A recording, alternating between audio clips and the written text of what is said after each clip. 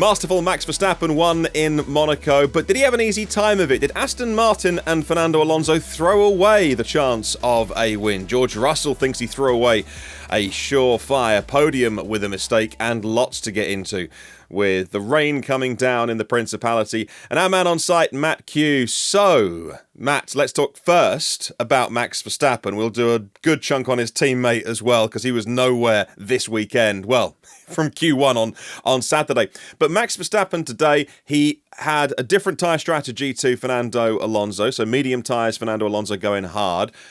A normal driver in a normal car on a normal day should do 40 laps on those medium tyres, and Max extended that stint by a good amount. He made the tyres last. They swapped onto the intermediates when the rain came down at just the right time, and he made it look easy. But was it as easy as it looked? He looked like he had it under control.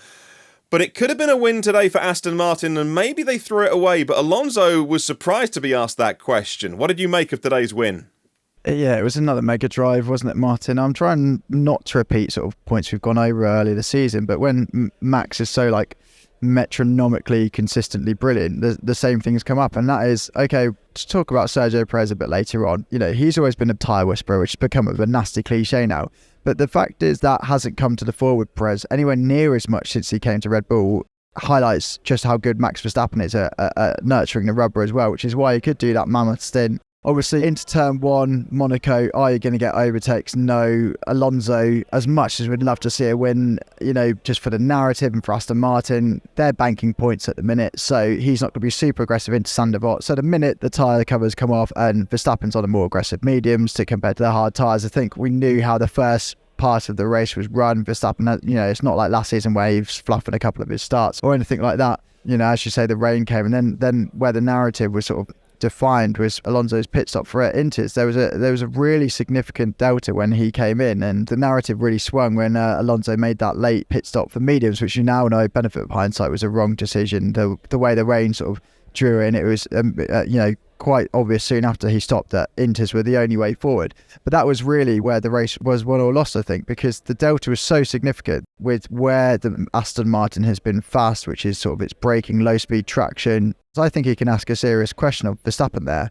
However, I don't think it's right to go, Aston have thrown anything away. One, because they're happy with second place, but also the reason they went for mediums is because they were going super aggressive to win. They just got their sums wrong, and I don't think at this stage in a development you can be too harsh. But certainly, and the massive cynic in me says, of course Max Verstappen and Horner are going to say Aston Martin made them work hard, because they don't want to make it look too easy how they're running away with the RB90. So of course they're going to heap praise on Alonso and say the race was critical up until that stage. But there's somewhere some parallel reality where Alonso, I think, is really making Verstappen sweat in that final stint to overcome obviously that phantom puncher that he didn't have. yeah, no problem with the pressures. He just felt something was off with the car. I have been Jekyll and hiding this in my brain since the checkered flag. I don't know if anyone in the comments has been the same as me. Maybe you can give us your expert insights. In one breath, I feel like Aston Martin did fluff their lines today. They came in for a set of tyres as the rain was coming down in one part of the circuit. Alonso told Autosport after he'd done all the TV interviews, he was surprised to have been asked this question of like, oh my goodness, why didn't you go for the intermediates? Because he said that most of the track was dry. He said 99% of the track was dry. So the famous Alonso maths coming into factor here. But seriously, part of me thinks they massively fluffed it today because they didn't have to come in. They did not have to come in on that lap. They could have waited one more lap to see how the weather. The strategist could have just held him out one more lap. He wasn't going to bin it. And then, 5 minutes later, I think to myself, but he had a big gap behind him. Second is amazing for Aston Martin. Nothing gained, nothing lost is kind of what I think. And then I don't know which side of the argument to come down on. What do you think, Matt? You don't sound like you want to give Aston too much of a hard time for what some people are calling a massive strategy blunder today. Yeah, I'm conservative with a small c. So in Aston's situation today, I think I'd be tempted to look out the window or the conditions that other drivers are facing, and therefore you go straight to Inters, don't you? You don't gamble. But I think at the point, after the punch that wasn't, and Verstappen has that comfortable 6 second gap, and then he's lapping people, the conditions, there's enough sort of jeopardy in that moment, I think, to encourage the risk. And if they're confident that, Ocon behind isn't going to usurp them for that penalty, then I do get why they did what they did. If this was, let's say round 20 and there's 20 points in it, then it probably does become a bit inexcusable to have taken such a big gamble and for it to backfire. So maybe that's wrong of me to hold different teams to different standards when basically perfection for the 140 million pound and change of the cost cap should be expected from everyone. So maybe that's wrong of me, but I just think at this stage in the journey, what a horrible turn of phrase for Aston Martin, and maybe just cut a bit of slack just this once. I don't know. They provided us a spectacle when a lot of other teams haven't this season, so give them a break, I guess. Yeah, absolutely. You know what, they gave Max Verstappen a fight today. Look, we saw Verstappen touching the barriers plenty of times over the weekend, clonking them pretty hard at times. He rode his luck this weekend. He looked on the edge as well, but also at the same time, I'll contradict myself, he looked totally in control. He looked, as I said in the introduction, masterful. If he is not going to get beaten at Monaco, when all those variables are up there, like the powertrain differences, it's a lot less here because you haven't got the long straights. So if a Mercedes engine or a Renault engine was ever going to win, it could be here. The rain did come down in Monaco after a glorious day on Saturday. All those things kicked in, and he still smashed it. He absolutely deserves to get the title as soon as possible. He is having an incredible season if he keeps this up. Just amazing. But there is another name here who doesn't factor in the podium or the top 10, and that's his teammate. Someone who's driving identical machinery, who until recently, people in the comments have been telling me, maybe the Perez fan club have been online a little bit more, telling me that I'm not giving Sergio Perez enough praise for being a genuine title contender. And title contenders don't have the kind of weekend that he had. He binned it in the most important, like the worst place of the weekend, Q1 in qualifying. So he was out. And it was a self-enforced error, distracted or not by a car coming out of the pits. That is not a champion's performance. And if he wants to Rosberg Hamilton, if he wants to do, clearly someone who hasn't got that final bit of speed on his teammate, but, if he puts a campaign together, Perez, if he does it, he could win the championship, but he's not. He's not putting it together, and I saw nothing this weekend that tells me that there's even a championship battle within that team. So now I've been kicked out of the Perez fan club. You can tell me I'm wrong or whether you agree with me. I'm afraid I probably have to agree with you. I know that's not what you want, Martin. You want a nice, sexy video with a lot of cut and thrust and debate. But I think No, not at all. You're the expert. I want to know that I'm not being an idiot here. No, I'm in agreement. Look, I know that we did it last year, pre sort of Azerbaijan, and we did it at times this year, saying, is Perez in it, this title fight, and this weekend is evident of why he's not. And yes, commenters and people will be angry at sort of that sentiment, but there's a 14-point difference between the two. It's now 39 points, a 25-point swing. And that was predicated on, as you say, the shunting qualifying. And yeah, Max left a lot to do in qualifying, didn't he? All in that final sector and a couple of wall taps, but he nailed it today.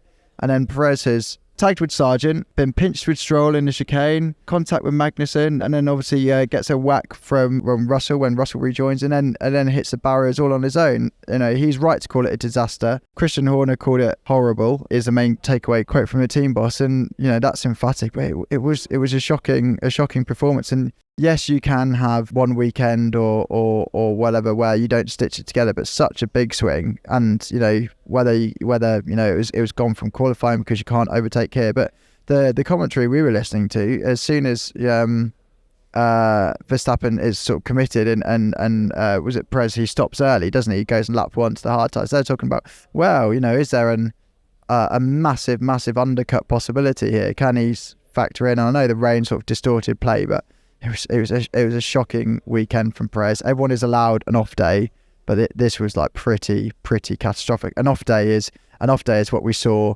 from Perez countless times last season, where Verstappen's first and he's fourth. This was a mare. Yeah, and it's going to sting because they're in far and away the best machinery. An off day is a fourth or fifth, but doing his job is coming home second, playing rear gunner and keeping Aston Martin back. Before we get on to Alpine, Ocon fans are going to say, look, how are you so far into the video already and you haven't praised him? And we will. Let's talk another teammate, and that's Stroll. Look, at the minute, Fernando Alonso has scored well over 3/4 of the points that entire team have scored. They could lose in the Constructors' Championship to Mercedes, a far, far inferior car right now, because they got one driver scoring points. Have you spoken to the team about this issue or anything like that? Because it's kind of sensitive, because when he has a stinker, like Stroll had today, going for a gap that wasn't a gap at the beginning of the race, and eventually just he was going to bin it at some point, and he did. Of course, that opens up the door again for everyone to say, when's Daddy going to fire you? Lance Stroll is a very good motor racing driver. He's not the greatest Formula One driver ever, but on a good day, he's very good at his craft. But when he has a day as bad as this, it opens up that criticism about what he's doing in the team. And, which fine, internet, argue amongst yourselves. But more importantly, Aston Martin have got such a rare opportunity to score so well in Constructors. Get the money, move up the grid, and all that kind of stuff up the pit lane. They can't do that with one driver scoring points. Has anyone sort of raised that tentatively with the team? It's a delicate matter.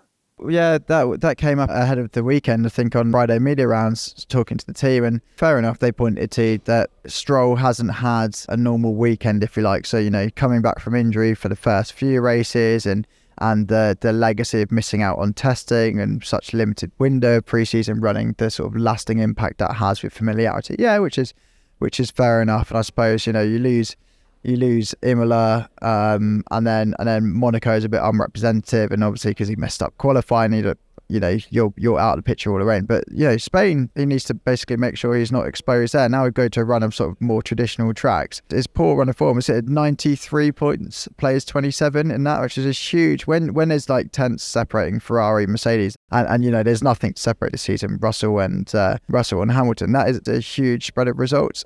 I don't want to sort of twist the knife in unnecessarily, but it'd be great to get an articulate, eloquent answer from Stroll. But, because he is the son of the team owner and there's probably not so many restrictions on him, he does 40 seconds in the media pen, 5-word answers to each question. And it's like getting blood from a stone. So I'd love to offer you a bit of proper insight as to what he thinks, but we've not been given it. So I can only go face value and say he's letting the side down, isn't he? I think he is. All right, Ocon fan club, you'll be happy now. He seems to thrive when the pressure is turned up, and a great podium today. Alpine should get all of the praise, the whole team, Esteban Ocon as well, because a great qualifying. Arguably a race one in qualifying, but handled the rain coming down, recovered from fluffing their lines at a pit stop as well, which really could have given a Ferrari an opportunity. And so George Russell also made a mistake, but fantastic. So good. Brilliant day for Alpine. Yeah, absolutely. Did what it needed to do, didn't it? It was a sensational qualifying lap. I think hands up, I'm guilty of it. We focused on that amazing battle between Alonso and Verstappen yesterday, and then you add in Leclerc as sort of the icing on the cake, and then amongst that, sort of Ocon's heroics and that Alpine have been lost. That was an incredible lap, and obviously with Leclerc's getting the penalty, he's then in fact he does everything he has to do, and in lieu of Paul Ricard being on the calendar. Not that many people miss it. This is a home race for Ocon and the team, and a brilliant result. This is just my opinion, but it's a shame that it almost validates Laurent Rossi's leadership style, which is to go and call his team amateurs, to all his employees amateurs in public. I think that's not the right way to motivate your workforce, and then for them to immediately score a podium straight after what he did in Miami sort of says he did the right thing. I disagree with that, but it was a proper slick operation.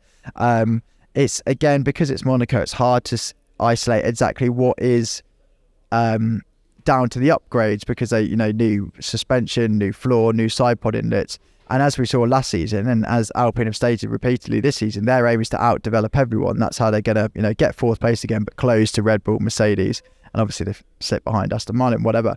But so now, if that's why Ocon's said, yeah, great podium, hope it's first of many, but we need to keep our feet on the ground, or some cute sort of lost in translation of that phrase. But so that's why, again, it'll wait to go to Spain if they're third, fourth, fifth again, and I think that is a real marked step forward, operationally a bit slicker, but in isolation, what a mega result.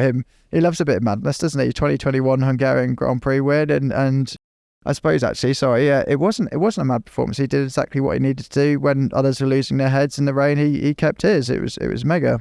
All right, I'll finish off with 3 teams. You can pick who you want to focus on. McLaren got both cars in the points today and actually looked quick when the rain came down and not when it was dry. So there you go. Also, Mercedes bolted on not 1, not 2, but about 6 new major parts of the car and new suspension. Everyone's noticed the sides pods, but George Russell said there's nothing in the side pods. It's all underneath the car, which we all got a good look of when both Red Bull and Mercedes were lifted up. But they actually turned okay qualifying into a 4th and a 5th today, but George Russell furious with himself because he thinks it was a nailed-on podium if he hadn't made a mistake and followed Stroll off. And also the Ferraris, which Leclerc is still hunting for that win around Monaco. Sainz had a very Sainz race, made some mistakes, got furious on the radio, apologised afterwards for getting furious on the radio. Just a very Sainz race, really, and Leclerc was unfortunately not able to recover from that penalty yesterday, like you say. I don't know who you want to focus on from any of those sort of tickle your fancy a little bit. No, I'll try and hit a couple of them. I'll say Ferrari, yeah, poor performance. Falling back. I suppose a bit of justice from last year, and their double stack pit stop was far better executed this time away. But sloppy performance.